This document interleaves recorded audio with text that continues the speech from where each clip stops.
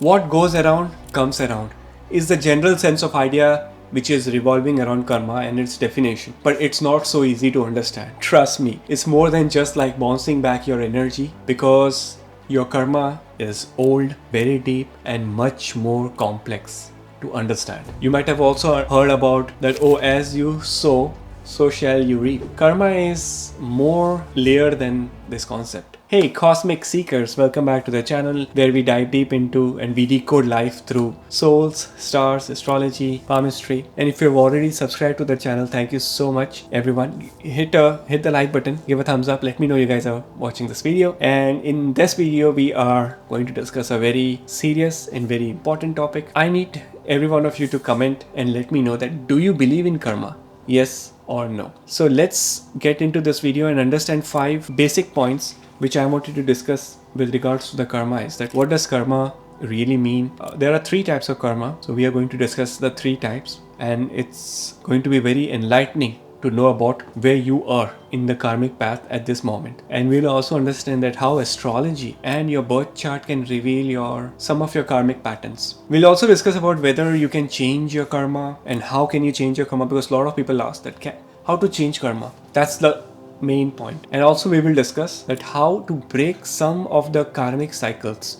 Sometimes there is some pattern which we see in our love life, in our financial life, in our career path life. So how to break that thing. So let's understand what karma is first. Actually, it's a common misconception about people that karma is a form of punishment, but in better terms it can be understood as a cause and effect. See, karma in Sanskrit means actions. Karma means what you do, action, right?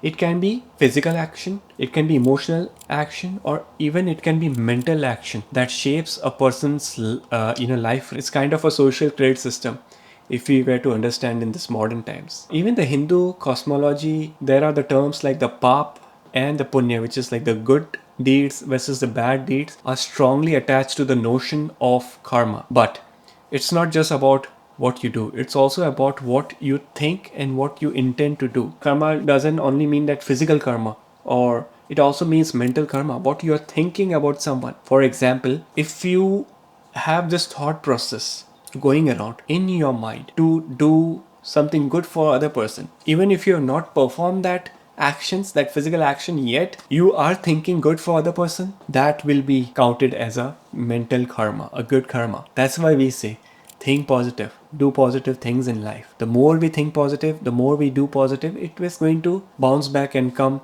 in positive way to you. Also, if someone thinks negative for other person, someone just thinks about, okay, I'm going to cheat this person, I'm not going to give his money back, or I'm going to harm this person, I'm going to do some felony with other person, even if the person has not done, but still the thoughts, that is a karma. So always think good, think positive, and that's what more important. It could be anywhere and everywhere. It could be in your office, in your home, with kids, with your parents, with your partner, with your neighbors, with an unknown person, with anyone. You have to always spread that fragrance of love. You have to emit positive thinking and positive thought process. However, this is very, very difficult. Easy to say, but difficult. What do you think? It's very easy to say, oh, we'll do good karma, we will, think good for others. But in actual life, when you start your day, when you start your morning, you start your day, afternoon, evening, till night, you write down in a book, like what are the things in today, what were the good things you did, and what were the things which were not good. You do this activity, do this journaling for like a week or a month, you will decode yourself. You will decode your inner spiritual path. You will know that, okay, these are the things which you did good. You'll be very confident about that. And these are the things which you didn't, which were not good and which were not very pleasant, which could have been, very good from your end, but you were frustrated, you were angry, you were unpleasant with someone. So more you try to, understand your soul, yourself, the better you will be. The better version is what you will be. Karma is action, mental, physical, emotional, and karma at certain places, at certain time is also one of the concept which very less people have spoken about. The karma, like for example, you're thinking something negative about someone. For example, hypothetically, you're thinking negative about someone, but you're thinking that at home. So the karma will have a different effect versus you're thinking something in office. at workplace, karma, at the karmic place, at where you work, you're thinking something negative at a temple or at a religious place, so the karma will be more intense over there. So where you do good karma versus where you not perform a good karma, the place also has certain impact in lot of like big ancient books, and what I have been learning through reading some old books, and what I have learned through like grandparents and great grandparents and their life and stuff. So this is what I'm just trying to share this knowledge and information. But it's not just about what you do, it's also about what you think and what you intend. That's what the karma is. Let us lock into and understand karma in astrology, especially how your birth chart, how your kundali, how your horoscope shows karmic pattern. Before we move into understanding your karma actively and how karma actively can shape and influence your life, do let me know that have you ever done something good, having a good intention, but it sort of backfired? Have you gone through certain things like this in your life? What's your opinion about that? Let's understand three types of karma. The first type of karma is the Sanchita karma. You might have heard about these things somewhere on the internet or somewhere. I'm trying to explain it in an easy way. Sanchita karma is the total accumulated karma from our past life. Think of Sanchita karma like a huge hard drive that stores every thought, every action, and every intention that you have had in all your past lives. Out of this big storage, only one small part is taken out in this life. The part which is taken out in this life is called as the Prarabdha karma, which is the second type of karma, the destiny that you are living in right now. You're watching this video, you are in this life, you are in Prarabdha karma. Past life, you were in the Sanchita karma. Let's understand Sanchita more. The rest stays stored in the Sanchita to be experienced in future life. For example, let me give you a quick example. Suppose you were born with a very natural talent for music and you get opportunity very easily, even without much training. This could be due to the karmas, the actions from the previous life, where the soul practiced music with devotion in the previous life, the Sanchita karma, where the good part of the Sanchita karma carried in this life, that talent and opportunity were stored in the Sanchit karma in the past life, and a part of it now is unfolding in this life, Prarabdha. So Sanchita past, Prarabdha present. Okay, let's understand what is Prarabdha karma in detail. So the Prarabdha karma which you are currently facing in this life, the hand you have been dealt in this life, it governs, Prarabdha governs your life circumstances. How is your financial? How's your bank account? How's your health? How's your wealth? How's your love? How's your marriage? Everything is Prarabdha karma actually. You have to go through it. How can you react and how can you change the karma? You're meant to live out, but you have to be very aware and you have to shift your own, thinking in your own way. Let me give you an example of Prarabdha karma. Say someone is born into a wealthy family and a very loving family without any efforts. This fortune is not due to the current effort, but this also comes from the fruits of good deeds from the past life, now unfolding in this Prarabdha karma. You got a rich family because of Prarabdha karma, or maybe a poor family because of Prarabdha. The third karmic type is the Agami karma, which is current karma. Agami karma means the karma we are doing right now and will get its result in future, and the results is yet to come. It is also called as Kriyamana or sometimes Kriyamani karma.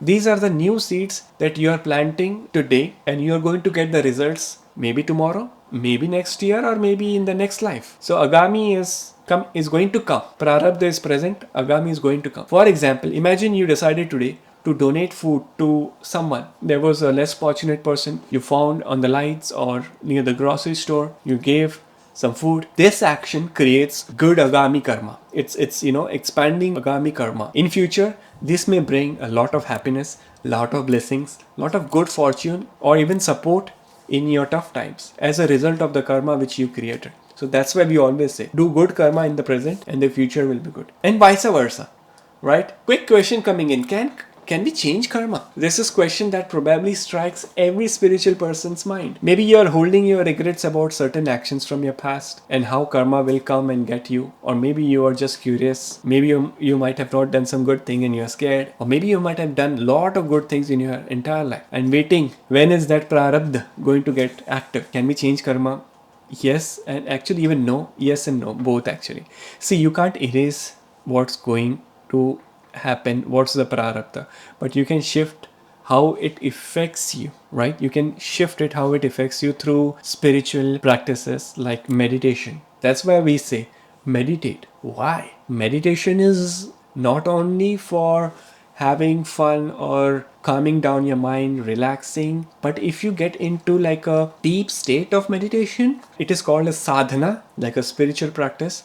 It can act as wiping out your bad karmas and even getting more conscious about every single thing you do in your life. You have to be very conscious. Every single thing you do. Deep spiritual practices like sadhana or meditation really can help you. These are good practices. Second is service, like a seva, to give back to the community or to give back to the nature. That's what is more important. Karma is connected somewhere with your soul, with the universe, with your life, with everyone's life on this earth, be it plants, trees, animals, human beings, everyone. So that's why we say, do good service, help others. And the third is swadhyay, which is like self study, can really help you to understand and burn some old karmas. Self study is very important. That's what I was saying in the start of the video. Journaling, self study, or learn astrology and understand your birth chart and try to make it better. What are the techniques? See, meditation is good technique, chanting of mantra, act of compassion, conscious living. Karmic depth in astrology is like how to spot it in a birth chart. You can spot the karmic depth through, looking at your birth chart. D60, Sashtiyansh birth chart is connected with Sanchit karma, Prarabdha karma. D60. D9, Navamsha, is connected with Agami karma. D9, D10 are connected with your future. But D60 is coming in from the past. So that's why D60 is very important. In your birth chart, the 5th house is connected with the past life. 9th house is connected with your in the future life. So that's why they say that, 9th house is your fortune house. That how is your luck going to be in this life, in the next 5 years or 10 years. Remember, karma is not punishment, okay? It's your soul's syllabus of how every year, every day it unfolds a new chapter in your life. So karma is not always a punishment. There was like one comment in the previous video, someone said, oh, karma is bitch. Karma is not bitch. Karma is not a punishment. It is a part and parcel of everyone's life. And how to break this karmic cycle? Breaking the karmic cycle is like, recognizing the pattern is more important. For example, toxic relations, repeated setbacks in your life. How to solve this? Journaling will help you definitely. Some sort of like therapy can also help you. Ancestral healing and some sort of rituals to release karmic pattern. That really helps. Karmic relationships like, twin flames or soulmates, it's all karmic contract. So karmic cycle can certainly be healed through like Reiki healing. Have you heard Reiki healing? Comment below and let me know if you have heard about Reiki healing. Reiki can heal from, some of the things in your Sanchita in your past. Have you heard about past life regression sessions? That really helps. Past life regression, because you sometimes, there is some sort of trauma in our life. For example, if someone have a phobia about water, so it has connection with the past life. Someone has a phobia of heights, so it's somewhere connected with the past life. So we have to go in the past life, do past life regression session and try to understand what was the root cause. Sometimes things are generational. There are some curses. You might have heard like there is like a generational curse going from being passed from generation to generation, and we have to break it. How can we break it?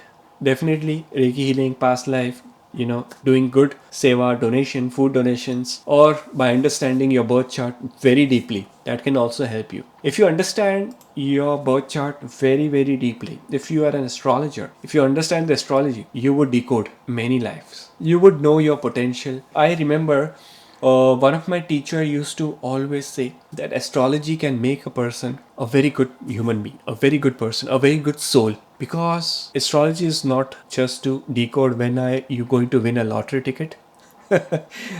Just kidding.